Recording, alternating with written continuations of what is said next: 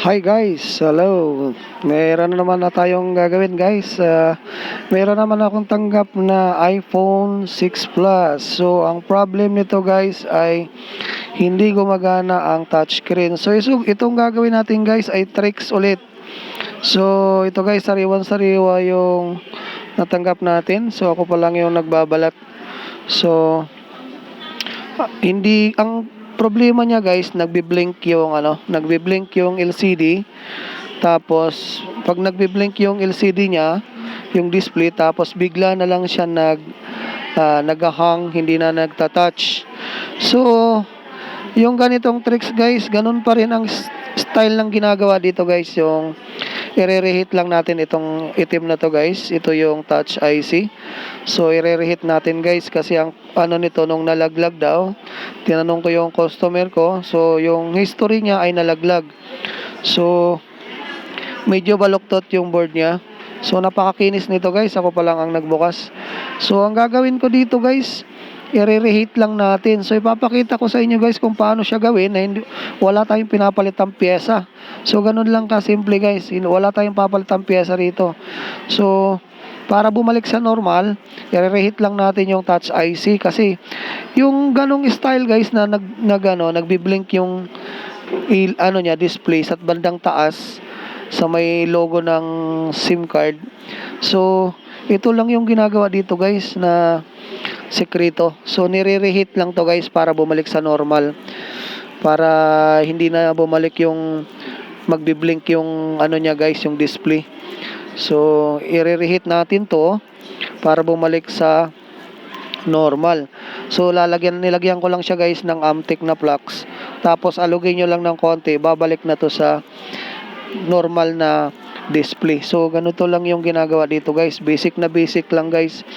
Pinakasimple lang sa sekreto. Siguro guys, ang ganito na tanggap ko sobrang dami na. So wala lang kasi akong video na katulad nito, yung nagbi-blink yung ibabaw at tapos mag-blink niya, maghahang na yung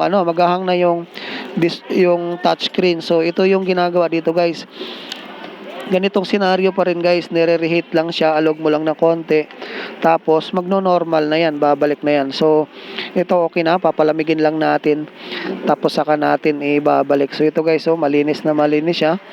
So wag kayong kabahan kung may tanggap kayo na ganito guys, basta wag ka lang mag-hot air ng ibang piyesa. Kung ano lang yung sira, yun lang ang tutukan mo ng hot air, kasi masyadong dikit kasi yung piyesa nito guys. Huwag din masyadong sobrang tagal ang babad ng hot air para hindi ka makasira ng board. Kasi minsan pag nasobrahan siya guys ng sobrang init, lumulobo yung motherboard, yung pinaka PCB board niya umaangat. So pag ganun ang nangyari guys, patay yung unit. So dapat yung style na ginagawa dito guys, na pagka-reheat yung katamtaman lang. So yung iba kasi guys, ang ginagawa nila, hindi na nire-reheat, nilalagyan ng So yung iba dito guys, pag naghahang, hindi nila ginagawa nila, iniipitan lang ng iniipitan ng tissue o either ibang pang-ipit yung touch IC. Pwede naman yun guys, gagana yun. May mga akong tanggap na gano'n, may nakadikit. Pero ang problema lang guys, pag umangat ng konti, babalik na naman.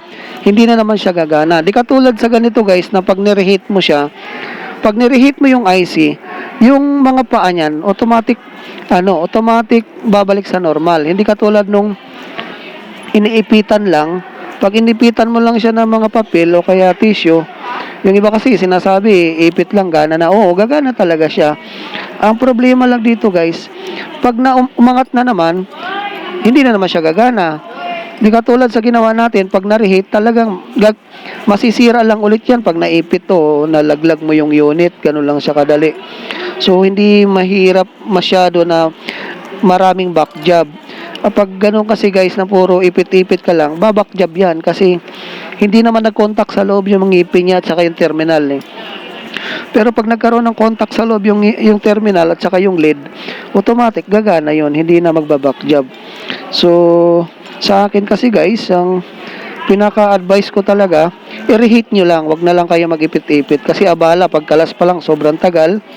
So maaabala kayo, di katulad nung nireheat mo, 100% talaga yun guys. Maliban na lang kung malaglag niya ulit. Pag nalaglag, yun, hindi na naman gagana. So ito guys, check natin guys, yan gumagana siya.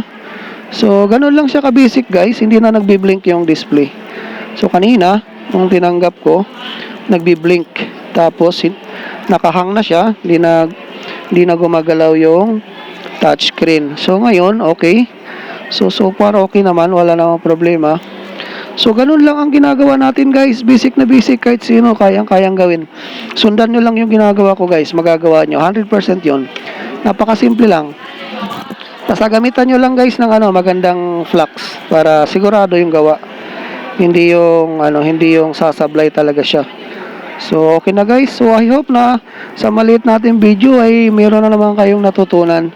So kung bago ka sa channel ko guys, baka pwedeng patulong naman para maabot natin yung 1,000 subscriber, pa-like naman at saka pa-subscribe.